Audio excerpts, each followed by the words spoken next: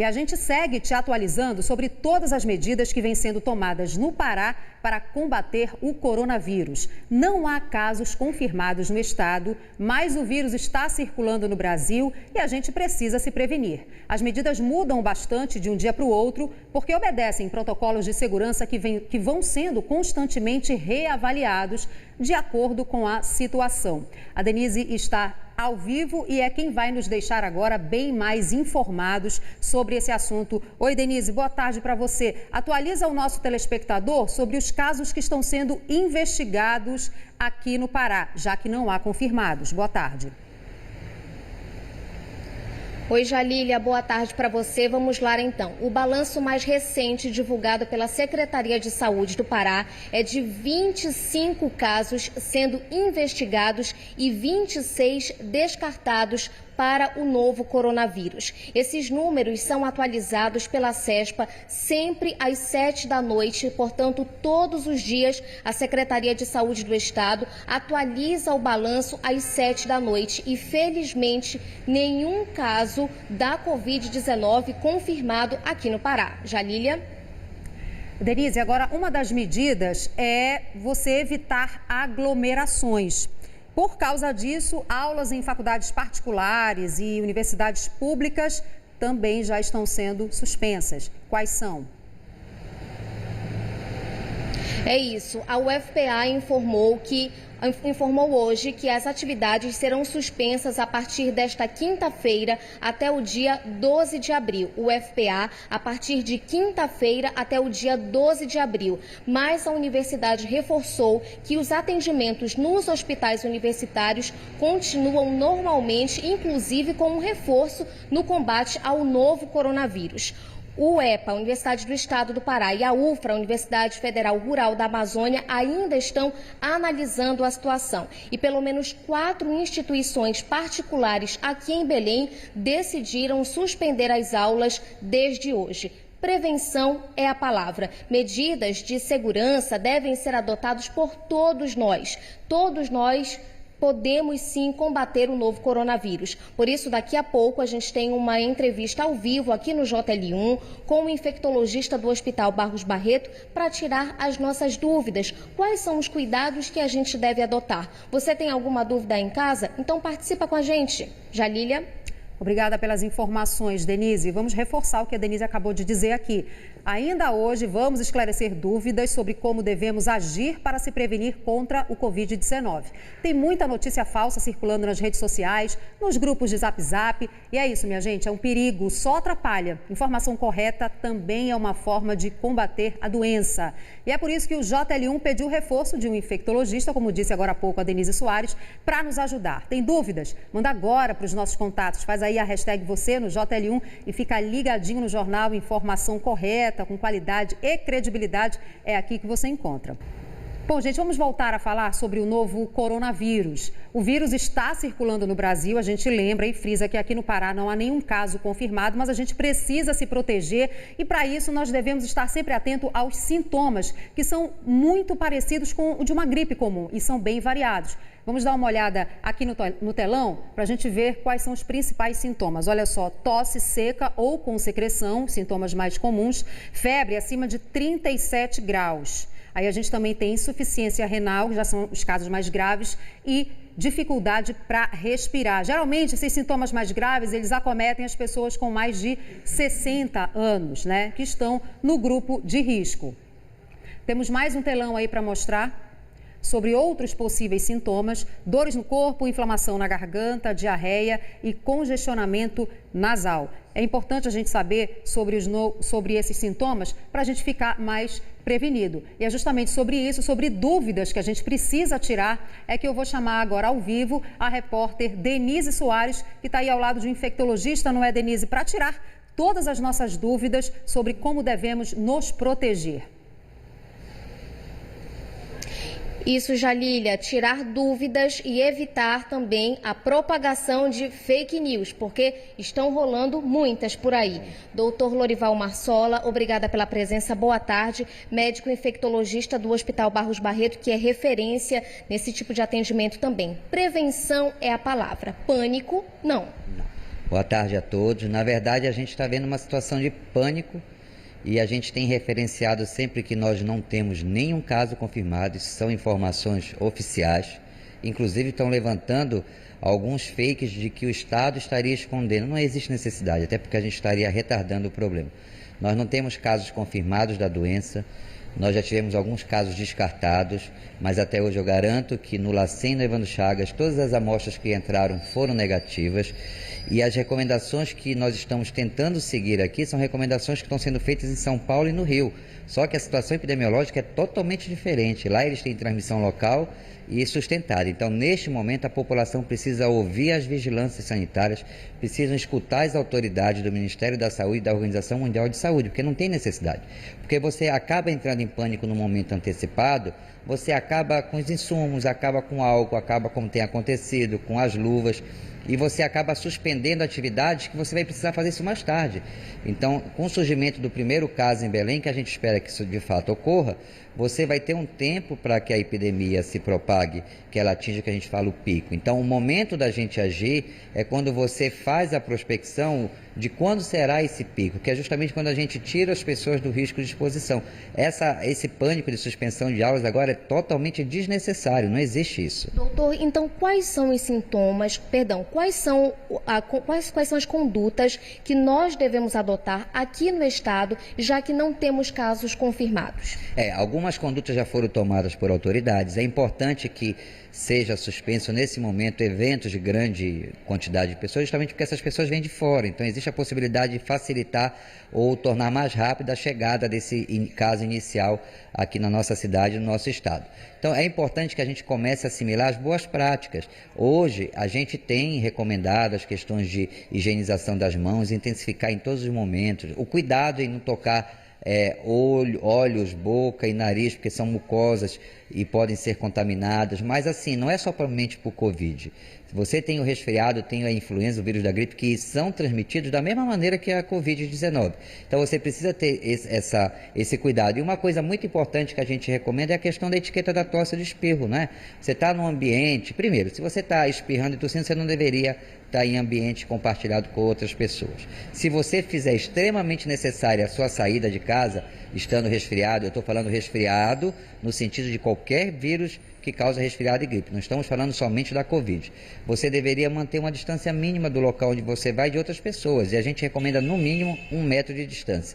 E andar sempre com lenço e papel, porque você vai tossir, espirrar e é necessário você conter essa tosse e espirro e em seguida pegar o seu álcoolzinho e higienizar as mãos de forma adequada.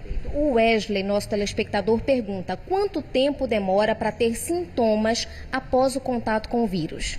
Nós trabalhamos sempre com agregado de informações e criamos um período estimado. É trabalhado hoje num período de até 14 dias, que nós chamamos de período de incubação para início dos sintomas após a pessoa se infectar. Em quanto tempo a pessoa deve ficar afastada?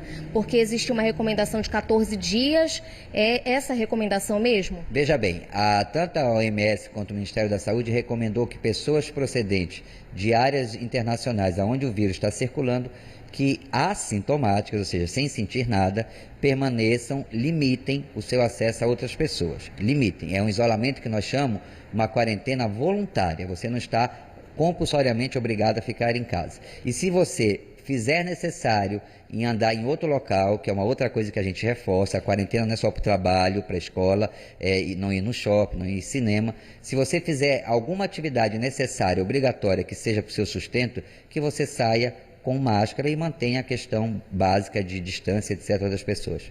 O Gustavo pergunta: os profissionais da área da saúde pública têm algum tipo de proteção para atender casos suspeitos de coronavírus? Que tipo de proteção é essa? É importante que os profissionais de saúde entendam que, neste momento, a Secretaria de Estado de Saúde Pública criou um plano no qual hospitais são referenciados. Pode existir uma situação epidemiológica, como acontece já em São Paulo, onde qualquer outra instituição de saúde poderá atender esse paciente, seja em nível ambulatorial, né, um atendimento de casos leves, ou em nível de internação até de urgência e emergência. Então, o que é importante do profissional de saúde da instituição? Primeiro, ter protocolo e fluxo de atendimento. E, obviamente, com certeza absoluta, esse profissional precisa estar orientado e ter disponíveis insumos de equipamento de proteção individual, que eles deverão ser utilizados obrigatoriamente pelo profissional que atenda um caso suspeito. A Caroline Teixeira quer saber se quem tem problema na tireoide pode pegar coronavírus. E já que ela falou dessa doença, reforce o grupo de risco. Caroline, na verdade, assim, a gente tem recebido as informações dos estudos publicados do montante de pacientes infectados pelo SARS-CoV-2 no mundo como um todo, principalmente da China. O que nós temos observado é que algumas pessoas, alguns grupos específicos são de risco para a doença grave.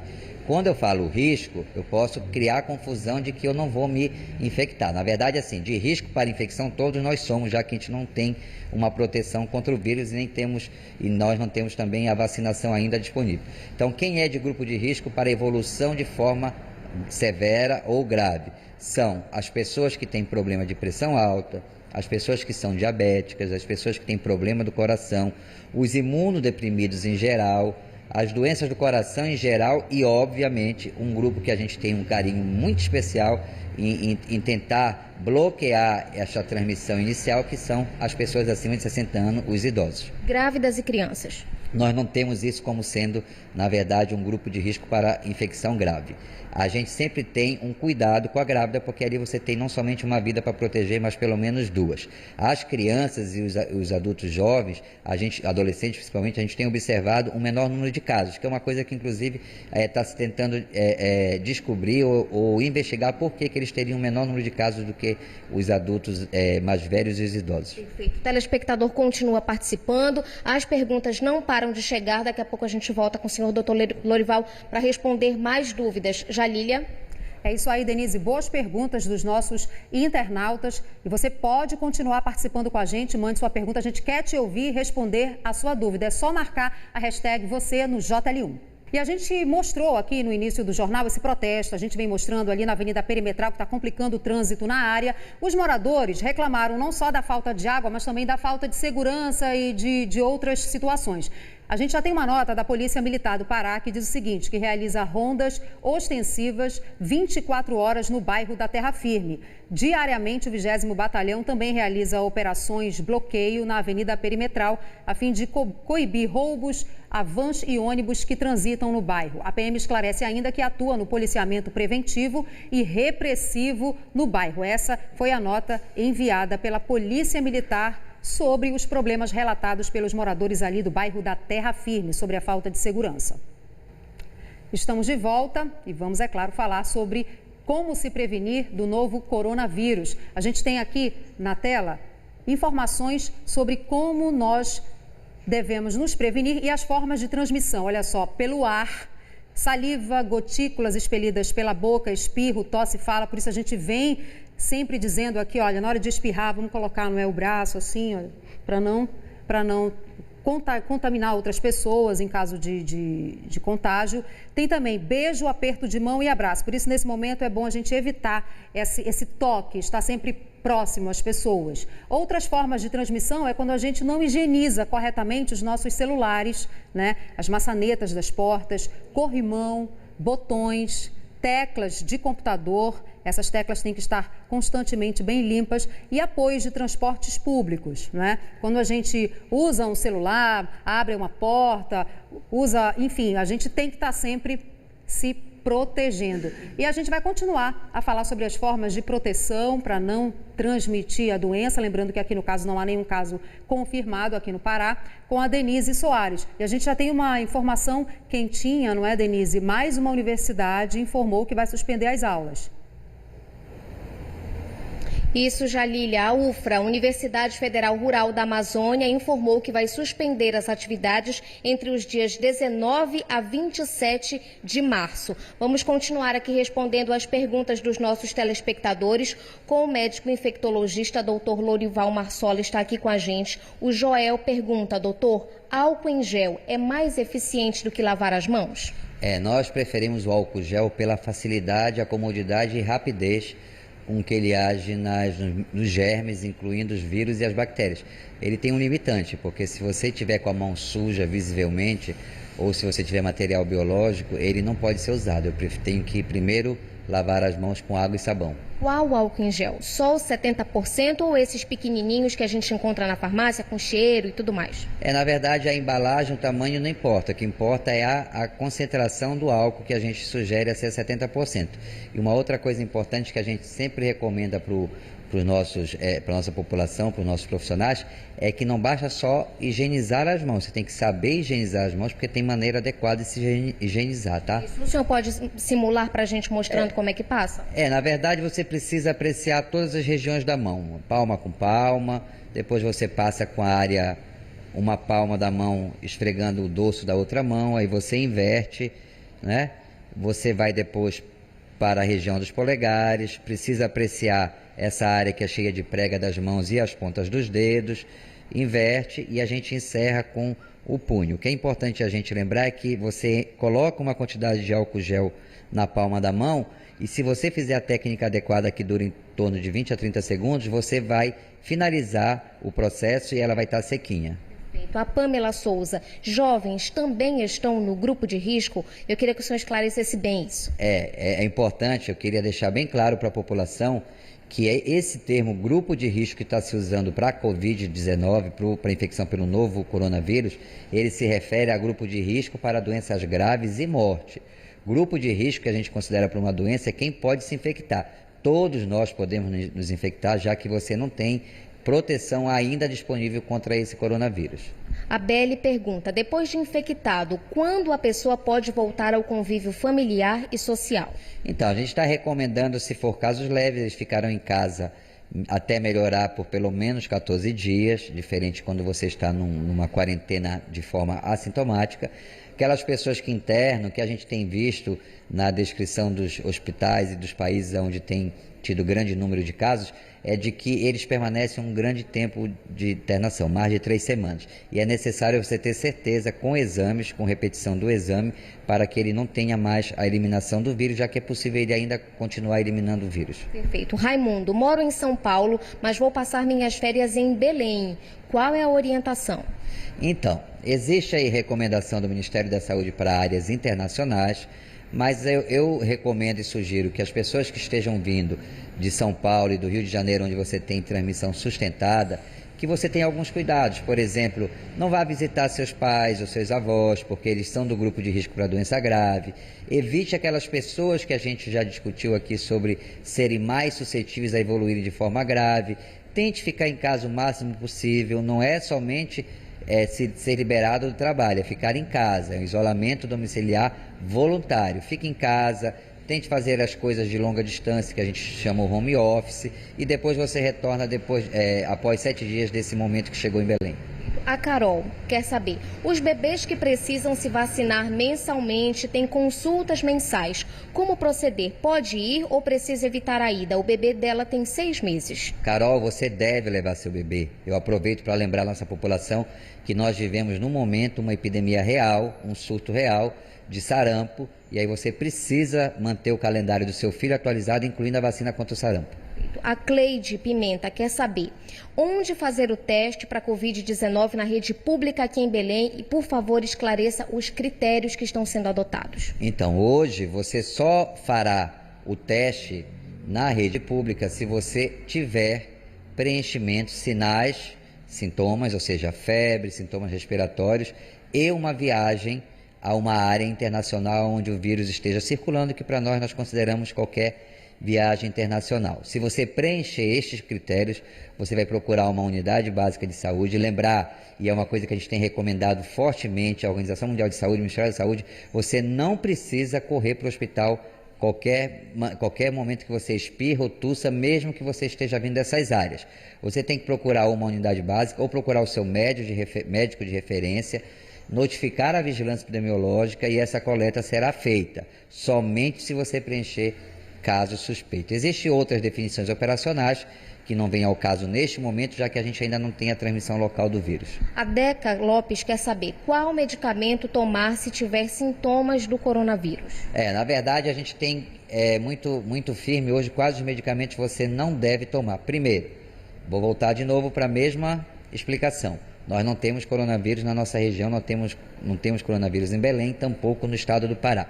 Então você não vai precisar achar que está com coronavírus, porque não existem casos em Belém. O que nós recomendamos não fazer são os anti-inflamatórios, tipo ibuprofeno, os corticoides são proibidos, e aí a gente recomenda naqueles casos que de fato preencham suspeição clínica ou que estejam confirmados, eles vão fazer paracetamol para febre, dor de cabeça, dor no corpo, e vão fazer hidratação. Infelizmente, existem vários tratamentos aí propostos ainda, porém nenhum está confirmado de ter realmente impacto e mudança no prognóstico do paciente, tanto é que o Ministério da Saúde ainda não assumiu nenhum desses tratamentos específicos contra o vírus. Doutor, muito obrigada pelos esclarecimentos. Jalília, são tantas perguntas, meu celular está até travando aqui, por isso a gente vai responder todas. Doutor, peço para o senhor ficar mais um pouquinho no G1 Pará. Assim que acabar o jornal, você que mandou pergunta para a gente não foi respondida, não se preocupe, doutor Lorival está aqui e vai responder sim. Jalília? Denise, muito esclarecedora a entrevista com o doutor Lorival Marsola. Obrigada pelas informações também. A gente lembra que não há casos confirmados do coronavírus aqui no Pará. A gente continua aqui no G1 Pará respondendo as perguntas dos nossos telespectadores sobre o novo coronavírus. O Sávio pergunta, doutor, qual a importância da vacina para a gripe no cenário do novo coronavírus? Sávio, na verdade, a vacinação contra a gripe, ela vai fazer você, e assim como a equipe de profissionais que vai lhe atender caso você tenha infecções, um quadro de infecção respiratória, a afastar a possibilidade de ser uma influenza. Então é importante você vacinar porque o quadro clínico é muito parecido, e aí quando você tem a vacinação, torna-se menos provável ser a gripe, e aí você acaba pensando mais em outras causas, entre elas a Covid-19. O Emerson, dor de cabeça, febre sem motivo, a pessoa deve se preocupar? Emerson, é o que a gente vem insistentemente falando. Belém não tem caso hoje referido. Para você se preocupar, você teria que ter estado em uma área onde existe circulação do vírus. No caso, Belém não existe. Esther pergunta, a partir de quantos dias apresentando os sintomas, sendo que ela já foi na urgência, já foi receitado, já foi para casa, ela pode ir no hospital novamente solicitar que seja feito um exame específico para saber se é o novo coronavírus? Na verdade, hoje os sintomas vão ser relacionados à Covid se você tiver uma ligação epidemiológica. Então, se você já suspeitar da Covid, você vai colher o exame. Então, não encaixa ainda em Belém você estar voltando e achar que pode ser Covid, porque você não tem a história do contato e não tem a possibilidade de ter adquirido o vírus. O Vital pergunta, pessoas que passaram por esplenectomia, acredito que seja isso, e precisam reforçar a imunização com vacinas, estão mais suscetíveis? Na verdade, você tem os esplenectomizados, aquelas pessoas que perdem o baço por algum motivo, seja acidental ou por doença, a gente tem eles como um grupo específico de suscetibilidades a alguns tipos de doenças. E eles precisam, de fato, serem vacinados, principalmente contra os germes que nós chamamos as bactérias capsuladas. Nós não temos ainda nenhum dado referenciando os esplenectomizados como um grupo de maior risco para o caso grave e mortalidade. Serão de risco para infecção, já que todos nós somos de risco para infecção. A Romênia diz que trabalha com festas e mesmo aqui em Belém, não sendo confirmado nenhum caso aqui no estado do Pará de coronavírus, é prudente manter as festas privadas que variam entre 50 a 200 pessoas?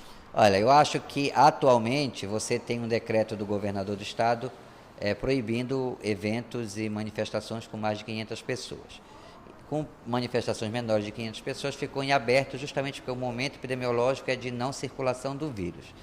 Eu acredito que você deva começar a trabalhar a possibilidade dessa suspensão e se forem eventos que você realmente pode postergar, que postergue, ok? E ficar ligado aí na questão da situação de Belém, porque assim que o vírus chegar e tiver uma transmissão local, seus eventos serão sugeridos a não ser realizados.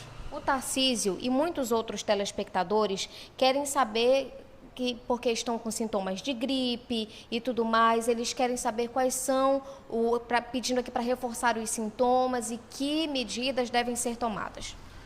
A Covid-19 é uma infecção respiratória, ela cursa desde um resfriado simples, ou seja, espirros, coriza, dor de garganta leve, moleza no corpo, até quadros de pneumonias graves com tosse. E você pode ou não ter febre nesses quadros todos. Você só deve fazer exame, você só deve pensar em Covid se você tiver a possibilidade de ter entrado em contato com alguém que tenha a doença. Hoje em Belém você não tem o vírus circulante, Belém não tem nenhum caso confirmado, o estado não tem nenhum caso confirmado, então torna-se improvável que você tenha a Covid. O Joel e o Jonas, eles dizem aqui que um tem problema nos rins, foi operado dos rins, o outro tem bronquite, lúpus, e eles querem saber, são do grupo de risco? Aí mais uma vez eu reforço para os nossos telespectadores que estão nos ouvindo, né, de que as doenças que são de maior risco são as doenças de maior risco para a doença grave.